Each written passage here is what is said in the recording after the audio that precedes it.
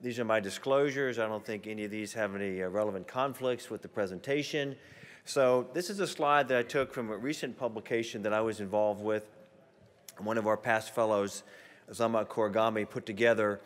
And it's a composite of what has really happened in bariatric surgery, at least in the U.S., going back to 1990.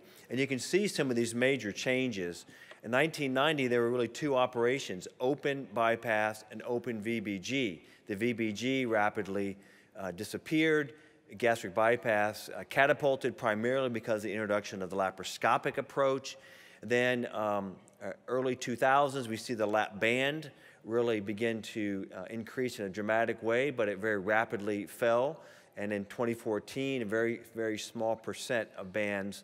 And then the other big change was in 2007, 2008, we see an exponential increase in sleeve gastrectomy. So we've seen some very dramatic shifts here in the past 25 to 30 years. Now, this is a closer look at just the last 5 to 6 years, and this is from this paper that we published that is primarily using NSQIP data. So remember, this is sampling. So it doesn't give us very accurate, raw numbers, but I think the relative percentages of these procedures is fairly accurate. And you can see in 2010, we begin to see the erosion of the laparoscopic gastric bypass, the very rapid erosion of gastric banding, and then this, nearly exponential increase in sleeve gastrectomy. Other procedures would include the duodenal switch, and perhaps other variations of these operations have been fairly steady and fairly low, less than 5%. Now, as luck would have it, this article was just published just very recently in SWORD, and this is the ASMBS sort of official estimates of bariatric surgery trends, and it comes from a composite of data sources using MBSA-QIP, NSQIP, BOLD, National Inpatient Survey, and other sources, including sources of outpatient surgery. And there's an increase in outpatient operations, particularly sleeve gastrectomy, that are much more difficult to track. I'm just going to give you the highlights here. This shows you over the past 5 years, ending with 2016. And what is encouraging is that there has been a 10% increase, so double-digit growth from 2015 to 2016 in the United States. And we see some of these same trends that I just spoke about.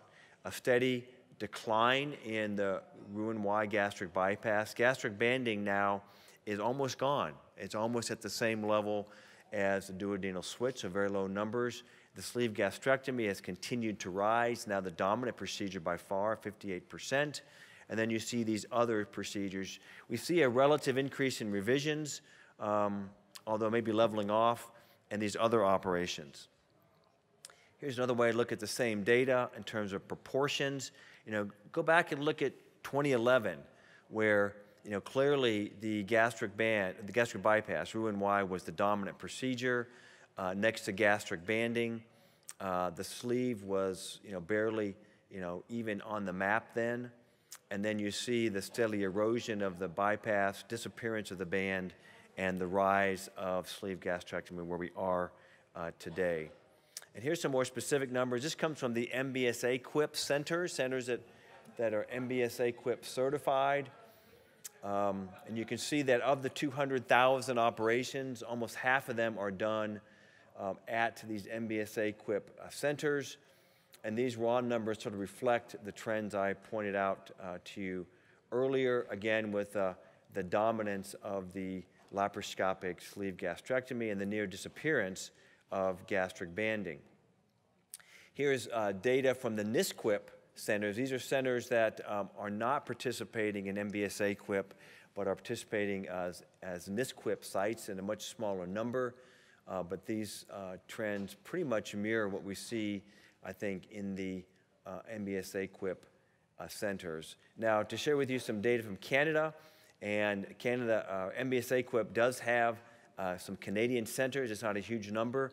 But interestingly here, in Canada, you still see a dominance of the laparoscopic gastric bypass. 1,300 or so compared to only 214. So still, in Canada, the gastric bypass is still king. It'll be interesting to see what trends over the next several years with that procedure in Canada. And then finally, I want to share with you some of the international data. And I understand this is going to be updated fairly soon, but this was published in 2015, so it reflects data up to 2013. And you see this trend that somewhat mirrors what's happening in the United States. Dramatic increase in sleeve gastrectomy. Gastric banding was already fairly down in Europe by the time it got to the United States. And that's almost gone to a much lower number, below 10%. And then you see a slight decline in the gastric bypass. But as of 2013, the gastric bypass internationally was still the dominant procedure. And most likely today, I would be surprised if the sleeve gastrectomy was not much more popular than the gastric bypass based on the trends in North America. So there you have it. In summary, very dramatic drop in gastric banding, North America. Gastric bypass, a steady decline down to about 20% of what's being done. Sharp increase in the sleeve gastrectomy.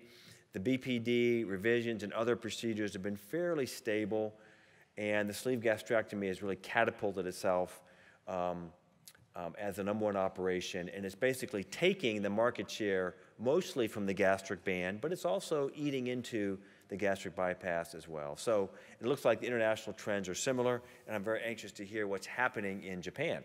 So thank you very much for your attention. Thanks, Phil.